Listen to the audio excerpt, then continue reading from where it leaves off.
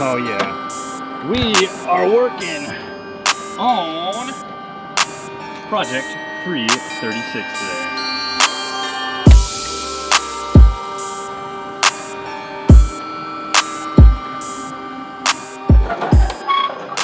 What's up guys, welcome to Blake's Garage. Today we're gonna do an oil change on Project E36. I've yet to do an oil change on it and I have been dailying this thing. The guy that I got it from said he did an oil change. I don't know, it was sitting for multiple years. It probably had a bit of a leak. I want to show you guys how to do an oil change on a 24 valve BMW engine. So this would be an M50 M52 S50 S52, any of those engines. This is what we're going to use. First off, a little rag, a toolkit. I'm going to use this to speed up the process. And oil filter. I picked up some gloves, are also a good idea. I went to walmart.com and actually just picked up some oil.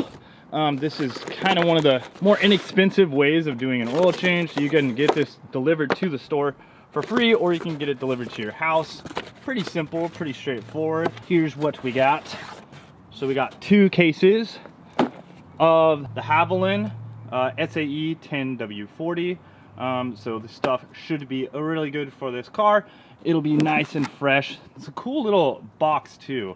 It's more of like an eco-friendly type thing. So what's nice is it just has a little bag in there, and you don't have like the big old jug, right? So it uses less plastic, which is super cool. Also has this like little pull-out window and all that, and it uses 6 quarts. It gives you 6 quarts, 70% less plastic, which is rad. It's pretty easy to open too. So let's see. Push open here.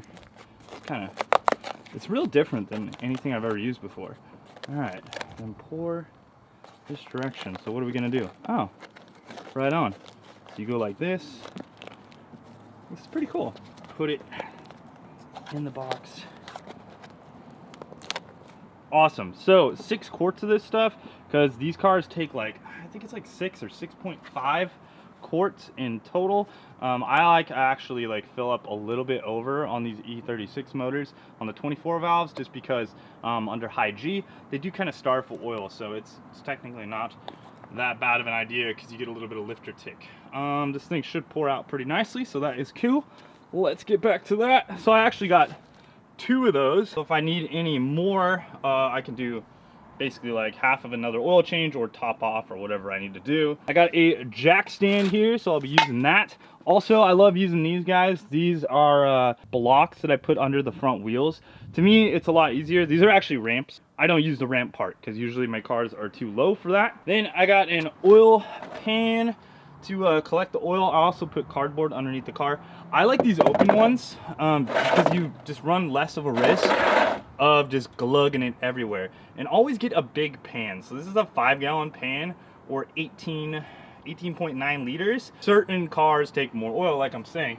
This is like, this car takes, sorry, I think this car takes 6 liters, not 6 quarts, I want to say. So, you know, this is 6 quarts, but what does that equal out to? That's 5.67 liters. So just something to keep in mind. Also, I got my little trusty jack right here. I've been really liking this thing. It's been working great. We'll go ahead and jack up the car here, get it on those little blocks, and start draining out the oil. It's always a good idea as well to get the car a little warmed up. That way the oil comes out nice and quickly.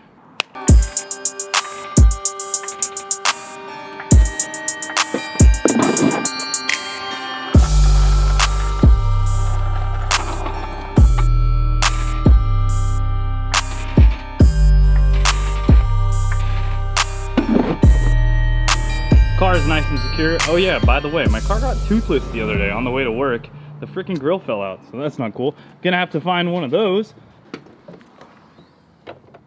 Oh yeah, and if you guys haven't seen it, I made this nice and clean, so it's looking very fresh and very nice. So we are gonna need a wrench for the oil filter. I did forget about that to show you that at the beginning. On a 24 valve BMW, the filler is either going to be here or it's going to be in the back. So M50s, S50s, it'll be in the back. S52 and M52s, it will be in the front. Something kind of interesting, you can actually interchange the valve cover if you wanted to as well. So just because you see that doesn't necessarily mean it's that particular engine. Sometimes people swap them. I don't know why. Maybe just to trick people. I'm not sure. But, oh, some people like that the metal is in the front instead of the plastic. I love this little oil filler right here. This thing works amazing. It just slides right in there, so that makes it nice. I like to pop the oil cap. That way when you pop the drain plug down below, oil flows freely. Pull off the oil filter housing. You'll notice on this one it is plastic. The S52 style one has a metal style filter, just so you guys know if you were unaware. So you may notice a little bit of a difference there, and it'll use a smaller bolt.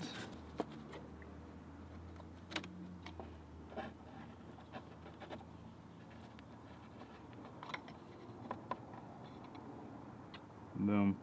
All right, get that up out of the way.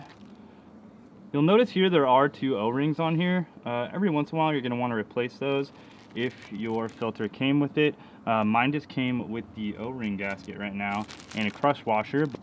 Those are good to replace every once in a while as well. New O-ring is going on, and that other one was like super loose. So honestly, I don't know how long that was on the car for. Sometimes people don't change those, which is weird to me, but definitely change it. Okay, let's put this back on here. Screw this down, and you'll notice on the top it actually has a torque setting, so it says 25 Newton meters. So bust out your torque wrench and tighten that down to 25 Newton meters, making sure you don't over torque. Also, I like to check the sides here and make sure the O-ring's not like bulging out or looking all weird or anything like that. Last time I actually noticed the O-ring on my car was bulging from the previous owner's oil change, so just something to keep in mind. Still got the new crush washer, so that's going to go on the old drain plug when we reinstall that. So keep that in mind. You always want to replace the crush washer. So there's the oil drain plug.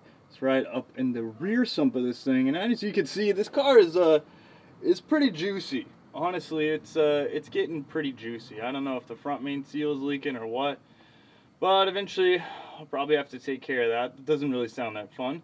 However, let's go ahead and drain the oil out. I'll put that pan under here and we'll get some fresh oil in this bad boy. It's a 17mm socket, so I'll go ahead and bust that loose and drain out all the oil.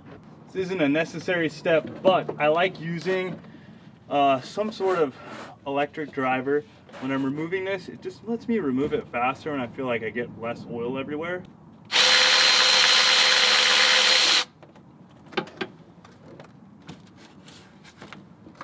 And it is looking pretty dang dark. Yeah, this thing definitely needed an oil change. That's nasty. I put a brand new crush washer on it from the oil filter. Always replace this. If you don't, you're gonna leak oil everywhere if your car doesn't already leak oil everywhere. Now something like 25 minutes later, I can go ahead and torque this to 25 Newton meters. Let's see how we're doing here.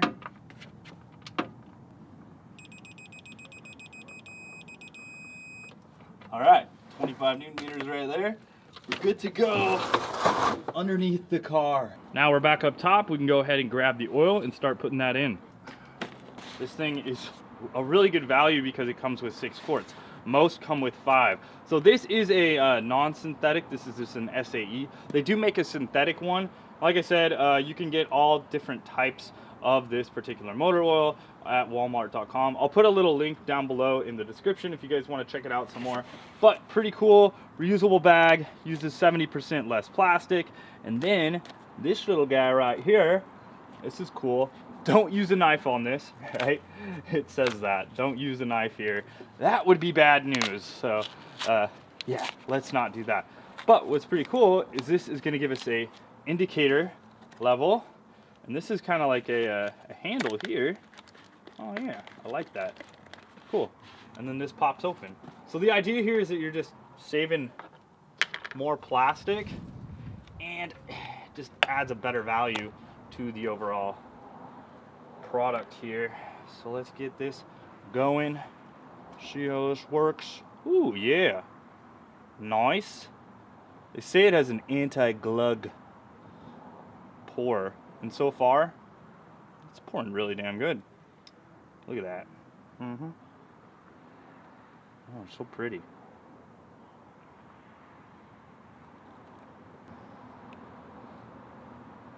Try it all the way upside down. Wow. That was pretty wild. So I guess it doesn't glug because basically like the bag, that's really cool.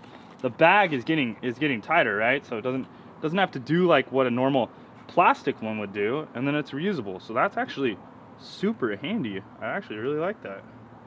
Nice and clean motor oil. We'll get it all out of there. What's nice too is we can just put a funnel in here and put the old oil in here and recycle it. It doesn't have like one of those little things. Some other oil brands, they have like this little thing, you kind of have to cut it out. So that's kind of a pain in the butt. So this looks like it's gonna work really good, and we can, yeah, just recycle it. Pretty sweet. All right guys, here's my favorite part, always, of an oil change, right? I know it's everyone's favorite part. This is why a lot of people don't do it themselves, but it's not that big of a deal. Well, let's hope not. We haven't made a mess yet. We are going to dump this oil. I'll use this Havoline box, and we'll try not to make a mess.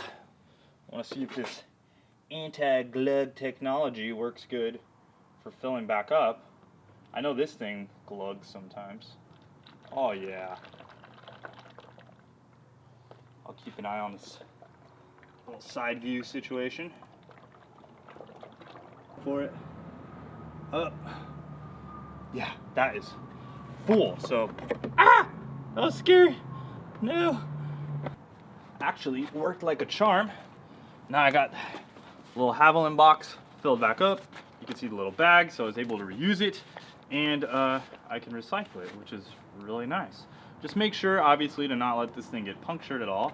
So you do want to be careful not to hit this with a knife or anything. So I'll pop the oil lid back on, but I want to show you something real quick. So if you're noticing like milky stuff here, that could be a sign of a bad head gasket. So just keep that in mind if you see like milky buildup here. Also, the little gasket here can also be a cause of vacuum leaks, so just keep that in mind. That is something that you should replace if you're having a vacuum leak that you can't track down. Roll this thing on the ground before we start it up, that way we can get a good oil level. You don't want to do it in the air because your level is going to be off, so just make sure to lower the car. Alright, I'm going to let the car warm up a little bit, and then I'll turn the car off and then check the oil. That way I can get a good oil level. Now, in the meantime on this, I am going to